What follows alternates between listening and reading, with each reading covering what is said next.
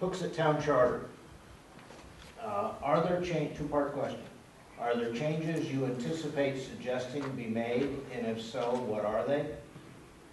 And then what process do you consider appropriate to develop future changes to the charter?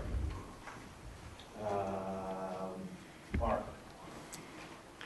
Well, there is one change that I was thinking about, and first couple of meetings, should I be elected? I appreciate your support on that. Should I be elected? I'm stressing process here. I always go to these meetings and I examine process. I've learned by sitting at all these meetings and participating in these town meetings and town government how they operate. And whenever the town gets in trouble and we're in the papers, it's because we're not following process. So one of the suggestions I wanted to make as a charter, and the town council will hopefully hear this, is I think the town council should have an assigned parliamentarian sitting on the board, always examining should every motion be passed or every motion be adopted, any discussion should be following process in accordance with rules, Riggins rules, and especially Robert's Rules of Procedure. Are we doing it the right way? I'm sitting in the audience during public, just watching this stuff, and I want to shout out point of order, Mr. Chairman, and I can't. So I have to wait till the end of the meeting. I'm typically one of the last ones on the meeting, whether it's 10:30 at night, and here comes Mark. The meeting must be almost done now because Mark's coming to talk.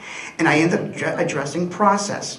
Okay, so I would like to establish someone on the town council specifically focused on parliamentary rules.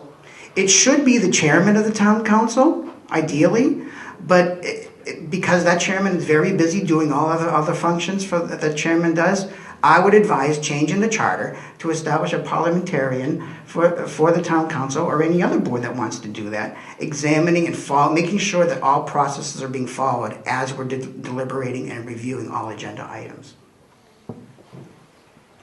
David. Well, I think politeness comes first before parliamentarian, and yes, it is the chairman's job. That is the chairman's position. He is the parliamentarian, and it is the chair's option sometimes to say, no, we're going to, that we don't need to be completely strict on this. Again, it's not a court of law. It's a town council.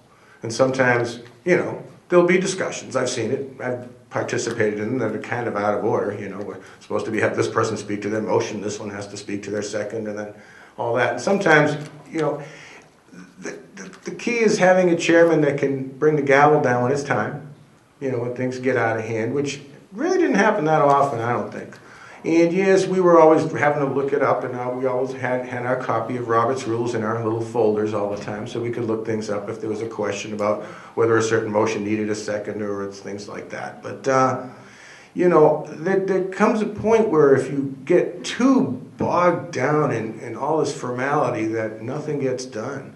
And I've seen that happen. I've seen people get just disgusted with the overall redundancy of conversation. Like I said, useless conversations that often occur, and they drive people away from it. It's like we're trying to say here, try to make it fun. I don't know. I haven't thought of any good jokes yet, but it's good to have it. It is something I'm doing because I do enjoy it in some sick fashion, I guess. But I do enjoy serving the town on the council, and I didn't think I would. And I remember it was George Longfellow said to me after the first couple of meetings, he goes, "Hey, this ain't so bad, is it, Dave?" I said, it's not, George, it isn't.